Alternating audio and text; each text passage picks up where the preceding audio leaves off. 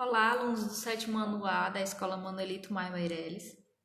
Aqui é a professora Ana Paula, de História, certo?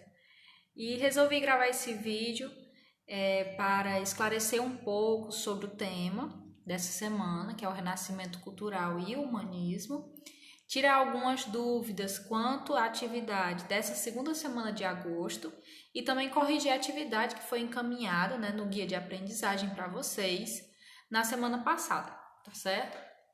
Então, para a gente começar falando um pouco sobre o tema, nós precisamos, para compreendê-lo, relembrar um pouco do que a gente havia estudado, há umas semanas anteriores, antes da gente iniciar a pandemia, tá certo?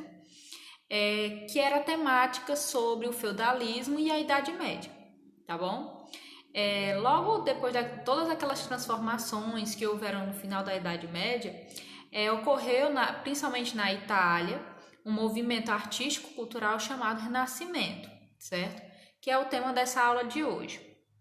O Renascimento ele vai ser muito importante porque ele vai marcar essa transição do final da Idade Média para o início da Idade Moderna, certo? E aí vão surgir várias características novas de como a sociedade vai se portar, diante tudo que está ocorrendo. Vai haver várias invenções que vão contribuir também nas grandes navegações, que vai ser um momento muito importante também para outras nações fora o continente europeu, tá certo?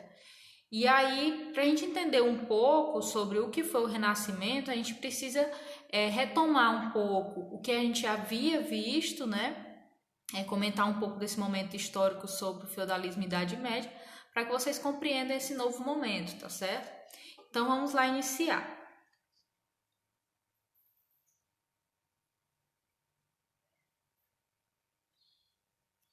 Como a tia comentou para vocês, o Renascimento ele ocorreu a partir do século XIV até meados do século XVI e teve como origem a Itália, tá certo? A gente vai fazer a correção já da primeira questão da nossa atividade encaminhada do guia de aprendizagem, porque ela é uma questão importante que ela já vai dar o significado do que é o termo Renascimento. Então, na primeira questão do nosso guia de aprendizagem da primeira semana de agosto, a gente tinha a seguinte pergunta: o que foi o Renascimento e por que nomear esse evento de Renascimento? Então, está aí a resposta, eu vou ler para vocês, tá certo? Vocês que já estão com o caderno acompanhando, vai corrigindo no caderno de vocês.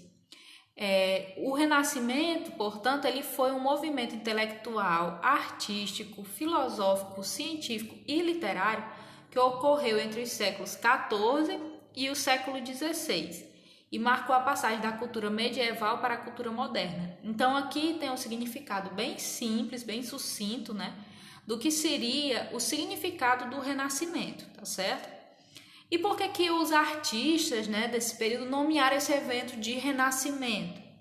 Porque os artistas eles acreditavam que, ao ignorar a produção medieval, a produção anterior, do período medieval, e valorizar as obras greco-romanas, antigas, estavam fazendo renascer a cultura, daí o termo Renascimento. Para os artistas daquela época, que participaram desse movimento artístico e filosófico, eles entendiam que a cultura, a verdadeira cultura, seria a cultura antiga do período grego e o período romano. Então, era uma forma deles retornarem a essa antiga cultura, dos povos antigos, e dessa forma estaria renascendo, ressurgindo a cultura, tá certo? Vamos agora passar um pouquinho. Aqui a gente temos quais foram as principais causas que originaram o Renascimento. Como foi que surgiu? Nada surge de uma hora para outra, Tudo tem uma motivação, são frutos de mudanças que vai acontecendo na nossa sociedade. Então, o que aconteceu para que o Renascimento ele surgisse? Então, principalmente, ele é marcado por transformações em muitas áreas da vida humana que assinalam o fim da Idade Média e o início da Idade Moderna. Quais são elas? Primeiro, o aumento de alimentos expansão das áreas agrícolas e novas técnicas de cultivo. Vocês lembram quando a gente estava estudando o finalzinho do feudalismo, que a tia falou um pouco que surgiram novas invenções, novos meios de produção e começaram a aumentar o número de alimento nessas cidades? A gente viu a questão do moinho de vento, né? O moinho movido a água, a rotação trienal, invenções como a charrua, né? Que é o puxador de bois, né? Para arar a terra, e uma série de outras invenções que promoveram esse aumento de alimento. Fora isso, né? Com o aumento de alimento, consequentemente, a gente vai ter também o aumento do comércio, de compra e venda desses materiais. E aí vão surgir as feiras nessas pequenas cidades, vão surgir as casas bancárias, os primeiros bancos, né, para empréstimo e retirada de dinheiro, e por fim as primeiras cidades, né, que elas foram conhecidas até com o nome de burgos, né? Então, esse vai ser o início dessa mudança, dessa transformação e dessa passagem da Idade Média para a Idade Moderna, tá ok? Vamos agora para a nossa segunda questão do nosso guia de aprendizagem. A pergunta era o seguinte: o que levou a Itália a ser pioneira no Renascimento? O que é ser pioneira? A mesma coisa de ser a primeira. Por que a Itália foi o berço, foi a origem do Renascimento, certo? Nós temos 3 motivos principais, certo? Primeiro, a quantidade de famílias ricas. E o que é que tem a ver famílias ricas, né, com o início do Renascimento? Porque essas famílias, eles acabavam patrocinando, encomendando as obras desses artistas. Então, eles encomendavam pinturas, encomendavam bustos, esculturas, e querendo ou não, acabava gerando uma renda para esses artistas. Então, eles faziam muitas obras também encomendadas, não só de pessoas particulares, mas também obras para as igrejas, né, e uma série de outros locais, tá certo? Outra questão foi que a Itália, ela teria sido o centro do antigo Império Romano, então eles tinham muito contato com obras antigas, né, do período romano e do período grego, que serviram de inspiração, vamos dizer assim, para esse renascer da cultura, certo? E o último motivo, um dos mais importantes, que é a vida urbana na região, devido à intensificação do comércio, era ativa e precoce, estimulando mudanças na mentalidade das pessoas, favorecendo a crítica aos valores medievais. A Itália era um dos maiores centros de comércio da época, né? Então, eles recebiam pessoas de todos os locais, de todas as nações, né? Iam até lá, as nações próximas, para essas feiras, para comprar e vender produtos, e querendo ou não, eles tinham contato, né, com vários povos e a cultura de várias regiões. Então, o senso crítico, né, a falácia, a crítica, a troca de ideias acontecia muito fácil na Itália, e promoveu, vamos dizer assim, uma certa mudança de mentalidade nas pessoas, tá certo? Então, essa foi a nossa segunda questão do nosso guia de aprendizagem. Antes da gente ir para a terceira questão, vamos só ver aqui as principais características do Renascimento, né? O que diferencia o Renascimento de outros movimentos artísticos? As principais características, então, são essas, ó. Valorização do passado greco-romano, como a tia já falou, a questão do antropocentrismo,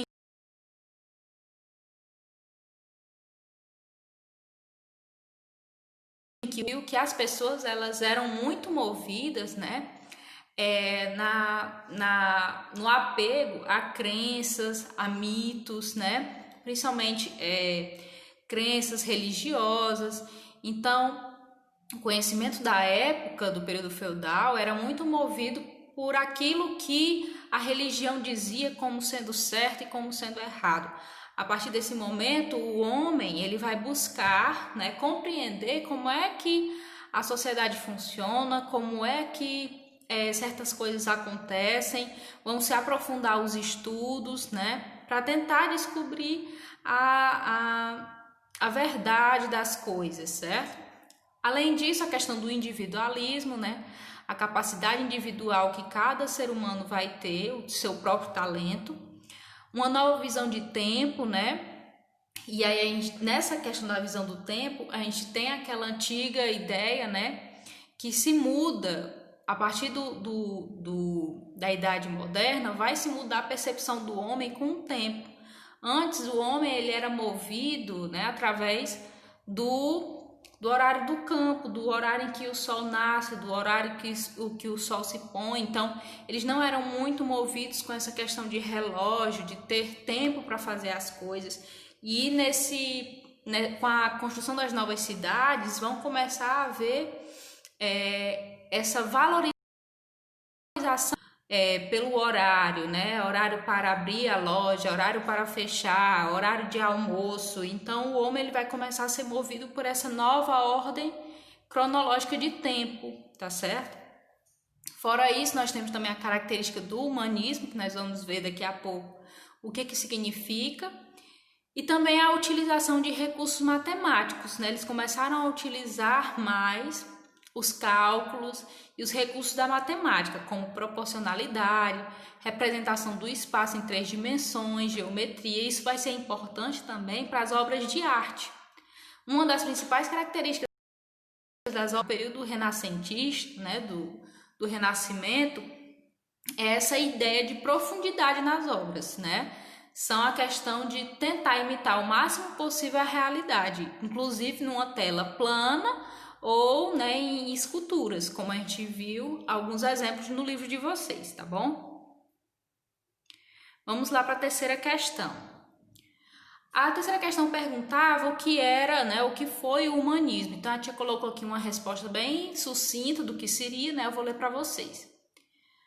O humanismo foi um movimento intelectual difundido na Europa durante a Renascença e inspirado na civilização greco-romana, que valorizava um saber crítico voltado para um maior conhecimento do homem e uma cultura capaz de desenvolver as potencialidades da condição humana.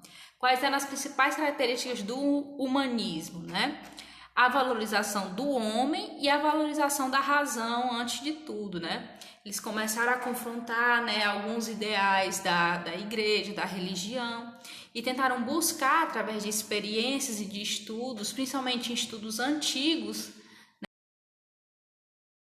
né, o significado, as causas, né, porque aconteciam certos fenômenos, etc. Certo? Partindo agora, né, a segunda atividade que a gente tinha é a atividade do livro didático, tá bom? E aí a atividade era a página 90, as questões eram 4, 5 e a questão 10, tá? Então a questão 4, cite algumas conquistas científicas da época do Renascimento. Tia colocou aqui 4, tia tem mais? Tem, no livro tem outras, se você pesquisar na internet também vai encontrar mais, tá bom? Então, as que a tia colocou aqui. A invenção da prensa móvel, noção que a Terra gira em torno do Sol, né? Uma ideia muito importante para esse período que a gente vai já ver, né? Qual o nome dessa teoria, tá bom? Os avanços nas técnicas de navegação vão ser muito importantes desse período. E os progressos em anatomia, na medicina, na astronomia e na matemática, tá certo? Vamos lá para a questão 5. Questão 5. O que é o heliocentrismo? O heliocentrismo diz que a Terra gira ao redor do Sol, com certa periodicidade e velocidade. Por conta desse movimento, o ano e o dia e a noite, certo? Antes dessa teoria, acreditava-se que era ao contrário. A outra teoria, né, da época, que se chama geocentrismo, até o centro do universo, ele girava em torno da Terra até o seu astro principal. E a partir dessa teoria do heliocentrismo, começou a acreditar-se que não, que o principal astro celeste seria o Sol e todos os outros astros, né, planetas, estrelas, entre outros, eles estariam orbitando o Sol, girando em torno dele, tá certo? Vamos para a questão 10. Na questão 10, a tia não colocou aqui no slide as perguntas, então eu vou perguntar, ficar perguntando e lendo as respostas, tá certo? Na questão 10, ele orientava que a gente fizesse a leitura de um texto. O título do texto era Os Modelos de Ptolomeu e Copérnico, certo? E aí a questão A perguntava assim: qual foi o modelo proposto por Cláudio Ptolomeu para explicar o movimento dos planetas e das estrelas? Que nome foi dado a esse modelo? Pelo que a gente viu, o modelo do Cláudio Ptolomeu era o antigo modelo, o geocentrismo. Por quê? Porque ele afirmava que a Terra era o centro do universo e por isso os planetas e estrelas giravam ao seu redor, né? Que é ao contrário do que acredita o heliocentrismo. B. Por que Nicolau Copérnico achou que o Sol deveria ser o centro do universo? Lá no texto vem dizendo que ele acreditava que o Sol era o centro porque era o único astro com a luz própria do sistema e não poderia ficar de fora do centro para que pudesse iluminar bem os demais planetas, certo? E a última, item C. Como ficou conhecido o modelo proposto por Copérnico? Como a gente já falou na questão anterior, né? Esse modelo em que o Sol fica no centro e os outros astros giram ao redor dele se chama heliocentrismo, tá bom? Então, a correção da nossa atividade dessa semana foi essa, mas antes da gente terminar o vídeo, eu tenho aqui alguns avisos e orientações. Primeiro, houve um errinho, né, de digitação da tia, certo? No guia dessa segunda semana de agosto, eu tinha colocado a questão 10 para ser resolvida também, mas vocês já resolveram essa questão na semana passada. Então, é apenas a questão 9, tá certo? Além dos outros exercícios que tem na folhinha, tá certo? Eu vou estar aguardando as atividades da segunda semana até segunda-feira da semana que vem. Vocês têm uma semana para resolver essas atividades, tá bom? No caderno. Nessa semana, a tia pediu para que vocês não copiassem as questões, faz apenas o gabarito. E quando vocês terminarem, vocês me enviam a foto no meu número privado, para que a tia tenha um controle, né, daquelas atividadezinhas que vocês estão fazendo. Aqueles alunos que ainda estão com atividade atrasada, lá do mês de abril, podem entrar em contato comigo no privado, que eu passarei essas atividades para vocês estarem atualizando, para que até o final do mês de agosto a gente esteja com todas essas atividades em dia, tá bom? Avisozinho, certo? Eu peço para quem assistiu o vídeo, né, dessa aula e dessa correção, o vídeo completo, vá aqui nos comentários do vídeo no YouTube e coloque seu nome completo, tá bom? Para que a tia faça o controle de quem viu a aula direitinho, tá ok? Que aí depois disso eu vou pegar e buscar todos os nomes de vocês e vou colocar como presença na aula, tá bom? Partindo disso, eu desejo uma ótima semana para todos vocês. Até a próxima aula, né? A próxima correção, o próximo vídeo na semana que vem, tá? Um beijo grande para vocês. Espero que todos estejam bem, que tenham uma semana maravilhosa, tá? Beijão!